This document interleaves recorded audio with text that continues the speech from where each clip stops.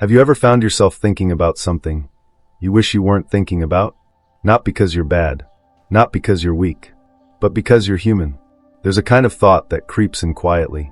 It lingers, it repeats, and no matter how many times you try to push it away, it keeps coming back. For many people, especially young men and women, those thoughts are sexual, sometimes triggered by a memory, sometimes by a face, a moment, a screen, a scene, and sometimes you don't even know why. If that's ever happened to you, or someone you care about, I want to share a story with you. A story that has been passed down through generations. A story about a young monk and a beautiful woman. But more than that, a story about how one moment of weakness became the seed of a powerful transformation. Because here's the truth. You don't need to be perfect to live a pure life. You just need to understand your mind and learn how to master it. Let's begin. In a quiet monastery nestled high in the mountains, a young monk woke up just like he did every day, calm, devoted, ready to walk down the hill to receive alms from the nearby village. He was new to the path, eager, innocent. His mind was still unshaped clay, trying to mold itself into peace. But that morning, something changed. He knocked on a door, and when it opened, standing there was a young woman, fresh from a bath, her wet hair clinging gently to her cheeks, her eyes warm with kindness. She smiled, offered him food, bowed with respect. And in that moment, the boy saw beauty, not just physical but magnetic, almost divine. Something stirred within him, something he had never named, but instantly recognized. Desire. Not lust. Not yet. Just the seed of it. You see, desire doesn't always show up loudly. It often arrives softly, dressed in innocence. It knocks quietly, like a breeze through the window, and we let it in, thinking it's harmless. But slowly, it settles in the corners of our mind. And if we don't notice, it grows. Let me ask you something. Have you ever had a thought, just a fleeting one, that seemed small at first, but hours later, it was still with you? Maybe it started as curiosity, but soon became obsession. That's how it begins. For one college student I once mentored, it started with a classmate's Instagram story. Just a photo, a little revealing, a little suggestive. He thought, it's no big deal. But that night, he searched for her older posts. Then similar profiles. Then content that slowly spiraled into things he never thought he'd be watching, and couldn't stop watching. Lust rarely announces itself as lust. It enters disguised as attention, fascination, beauty. And before we know it, a pure mind begins to crack. Not because it's weak, but because it's unaware. Temptation doesn't need your permission to knock, it just needs your silence to stay. Which is why awareness is our first shield. Before we can cleanse the mind, we have to notice what's creeping in. And that brings us to the next part of our story. Because what the young monk did next, he thought it was innocent. Just one more visit, just one more look. But little did he know, he was feeding something much bigger. The next morning, the young monk rose earlier than usual. He told himself it was just for the walk, that he was curious how the village looked at dawn. But deep inside, he knew exactly where his feet were leading him. He returned to the same house, knocked again, and when the door opened, her smile met him like sunlight through morning fog. She offered food, bowed, and again, he walked away with her image glowing in his mind. That evening, he couldn't meditate. Her face, her voice, the shape of her silhouette, it replayed in his thoughts like a quiet song he couldn't turn off. And so, he went again, and again, and again. This is the danger of repetition. It doesn't just feed a thought, it carves a path. In neuroscience, they call it neural reinforcement. Each time you revisit a desire, your brain lays down another brick. Soon, a trail becomes a road becomes a habit, and the habit becomes who you are. Let me tell you a real story. A friend of mine, let's call him Daniel, was a brilliant design student. Sharp mind, creative soul. But he had a habit. Every night before sleeping, he'd scroll for just a few minutes. A few pictures, a few videos. Nothing serious, or so he thought. But over time, those few minutes became 30.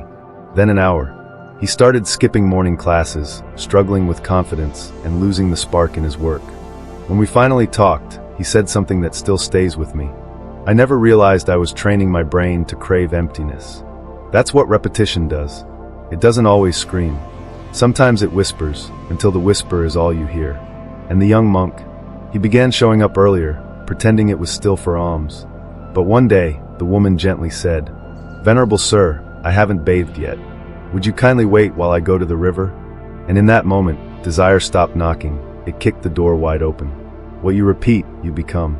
Even the smallest indulgence, if repeated, becomes your identity. That's why protecting your habits, even your smallest ones, is protecting your future. Because repetition doesn't care if you're a monk or a teenager.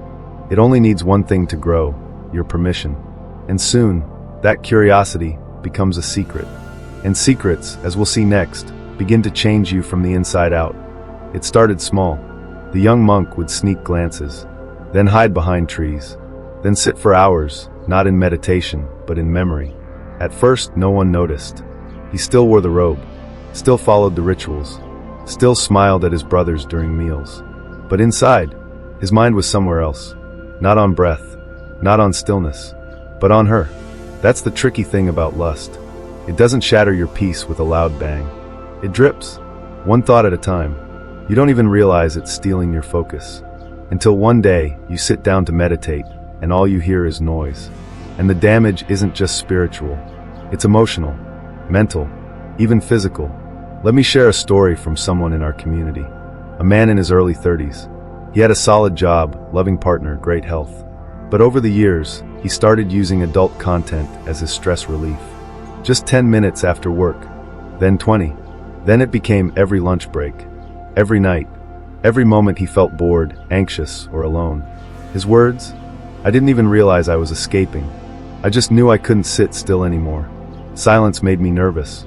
Peace felt impossible. You see, lust doesn't just distract. It disconnects. From purpose, from people, from yourself. The young monk stopped joining group prayers, stopped talking to his master. And even when he sat in front of the Buddhist statue, his heart was not in devotion, but in desire. Lust doesn't scream. It whispers. But it whispers so often, it drowns out your soul. And unless someone reaches in, with care, not judgment, you might never know how far you've drifted. That's why the next part of our story is so important. Because eventually the master noticed. Not the behavior, but the energy. Something had changed. The peace was gone. And so, instead of confronting, he chose something far more powerful. A quiet walk and a muddy pond. One morning, the master quietly followed the young monk. He didn't say a word. He just observed. From a distance, he saw it all. The hiding, the watching, the longing in the boy's eyes. He didn't yell. He didn't scold. Instead, he walked up, gently, and placed a firm hand on the monk's shoulder. The boy froze. His face turned pale. His body trembled. Shame flooded through him like cold water. He opened his mouth to explain, but no words came. And still, the master said nothing. You see, in that moment, the boy was expecting punishment. He was expecting to be humiliated, rebuked, perhaps even expelled. But the master did something different. He simply took the boy's hand and began walking. Not back to the monastery, not toward the village, but up, into the woods, toward a place no one else went. They walked in silence, step by step, until they reached a muddy, stagnant pond. The kind of water no one wanted to touch. The master looked at the boy and said, "Can you cross this pond and come back?" Confused, the monk began to remove his robe. But the master stopped him. "Why are you removing it?" The boy replied, "Master, it will get dirty. The water is filthy." And the master smiled. Not cruelly, but with deep understanding. "You're so careful with this robe," he said, "because it's visible, replaceable. But you didn't think twice about letting your mind, which is priceless, get stained. Shame can wake us up, but it can't heal us. Only understanding can." The master knew that. He didn't need to punish the boy. He needed to help him see. Because when you see clearly, you begin to choose differently. I want to pause here and ask you something. Has there ever been a moment in your life when you were caught doing something you weren't proud of? Maybe by a parent, a partner, a teacher, or even just your own conscience. Did you feel ashamed? Probably. But did that shame make you better? Or did it just make you hide deeper? That's why judgment never works. And why compassion, firm but kind, is what truly transforms people. The master didn't shame the monk. He gave him a mirror. And in that mirror, the boy saw not just his actions, but the cost of those actions. And that, not the fear, not the guilt, was what broke his heart open. From that day forward, the young monk stopped visiting the village. He stayed in the monastery, fought his own mind, and began walking the true path of discipline and peace. But here's the thing. Temptation doesn't disappear in a day. Even after awakening, the struggle continues inside the mind. In the next part, we'll explore the master's most powerful metaphor, the muddy pond, and how lust traps us like quicksand if we don't act with wisdom. Let's go deeper. The young monk stood there, beside the muddy pond, his master's words still echoing in his heart. You're afraid to dirty your robe, but not afraid to stain your mind. In that one sentence, the lesson landed, like a stone sinking into still water. He had been careful with things that could be washed, but careless with the one thing that could not, his inner world. Lust, the master explained, is like the mud in this pond. At first glance, it looks shallow, harmless, maybe even soft, safe, inviting. But the moment you step in, it clings. The more you move, the more you struggle, the deeper you sink. And that's exactly how it works in real life. You might think, I'll just check this one account. It's just one video, just one night. But like mud, lust doesn't stay on the surface. It gets under your skin, into your habits, into your sleep, into the way you look at people. Not with presence, but with projection. Let me give you an example.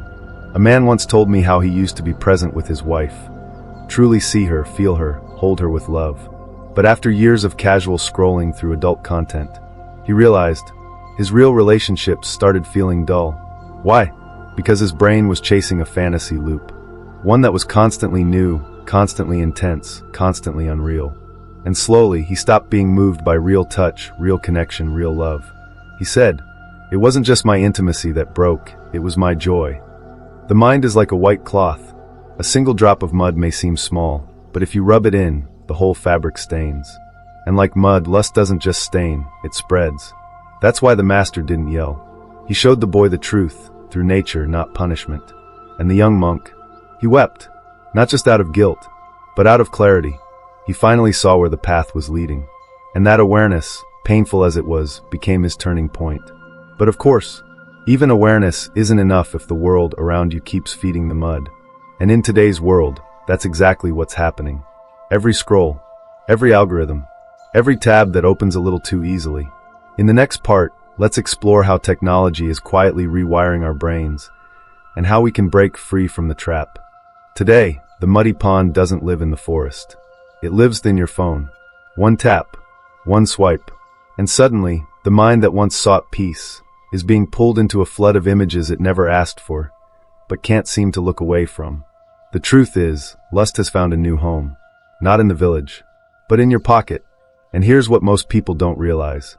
Your brain, beautifully designed for survival and focus, is now being hijacked by digital platforms that feed your impulses. Every time you view something explicit, your brain releases dopamine, the chemical of reward. It feels good, but too much of it, and your brain starts changing. Literally. Neuroscientists call it neuroplasticity. Your brain reshapes itself based on what you repeatedly give attention to. So if every night, your final thought before sleep is fed by fantasy, then your brain will slowly start craving only that. Not peace, not connection, not purpose, just the next spike, the next hit. Let me share a real story. A young man named Josh reached out after watching one of our videos. He said he used to be a high-performing college athlete. Disciplined, driven, but during a long injury recovery, he started watching adult content out of boredom. Then frustration. Then habit. Months later, he said something heartbreaking. I lost my fire. I stopped training, stopped dreaming. And the worst part, I couldn't even sit still anymore. My mind felt like 1,000 tabs were open, and all of them were screaming. That's what this content does. It doesn't just waste time, it weakens willpower. It doesn't just excite, it exhausts. The energy that could be used to build, to focus, to grow, gets leaked out silently day after day. And over time, you start to believe, maybe I'm just not disciplined enough. Maybe I'm too broken. But that's not true. It's not about weakness. It's about wiring.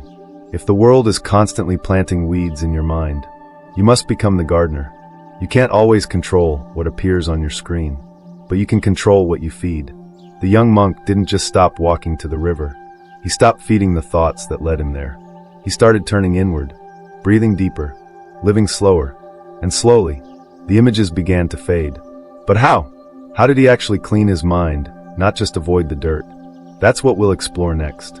The practice that healed his heart and can restore yours too. Let's talk about the real tools that bring back clarity, calm, and strength. After that day by the muddy pond, the young monk didn't return to the river, not because he was forced, but because he had understood. And from that moment on, his real journey began. But this time, it wasn't about avoiding temptation. It was about purifying the mind. You see, avoiding is one thing, but healing, true healing, takes practice. The master didn't give him a punishment. He gave him a path, and the boy followed it, one breath at a time. He started waking up before sunrise, sitting in silence, breathing in, breathing out, just observing his thoughts, without judgment, without clinging. At first, the images still came, but over time they softened, lost their grip, faded like ripples on still water. This is the power of meditation, not to erase the mind, but to retrain it, to become a witness, not a slave. Let me share a simple practice you can start today. Find a quiet space, sit comfortably, close your eyes, and breathe. Inhale for 4 seconds, hold for 4 seconds, exhale slowly for 6 seconds. Repeat this for just 3 to 5 minutes. And as thoughts arise, let them. Just don't follow them. Let them pass like clouds across the sky. This is how the mind gets clean. Not by force, but by space, by stillness. A young woman once wrote to us, saying she struggled for years with obsessive thoughts. Not always lustful, sometimes anger, insecurity, fear. She tried everything, deleting apps, setting timers, even fasting. But it wasn't until she started a daily practice of mindful breathing that something changed. It wasn't that the thoughts disappeared, she said. It's that they stopped owning me. You don't fight your mind with fists. You calm it with presence. And from that place, your strength returns. Your joy returns. You return. The young monk, he became a teacher. Not because he was perfect, but because he had fallen and risen. And his most famous words were these: victory over others is temporary, but victory over oneself is eternal. So if you're in a battle right now, with distraction, with desire, with yourself, remember, you're not broken. You're just being invited to go deeper. In our closing section, let's bring it all together and talk about how you can start this journey today. So what can we take from the story of a young monk, a silent temptation, and a master who taught without shouting?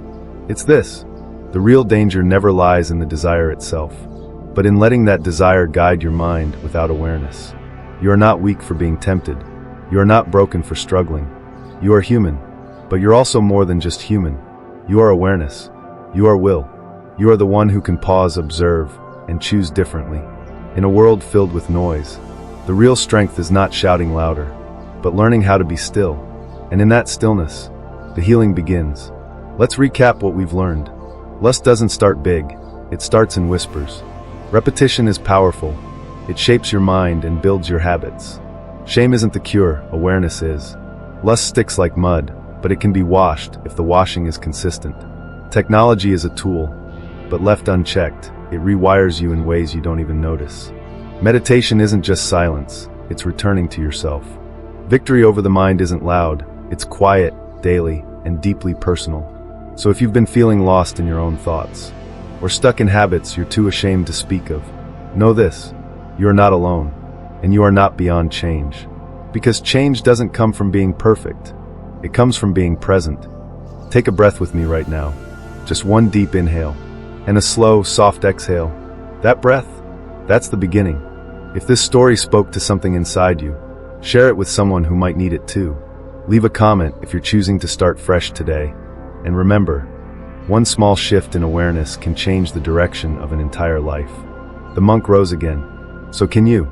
Your mind is not your enemy. It's your most powerful ally. Once you learn how to befriend it, let the war end. Let peace begin. Right here, right now, inside you.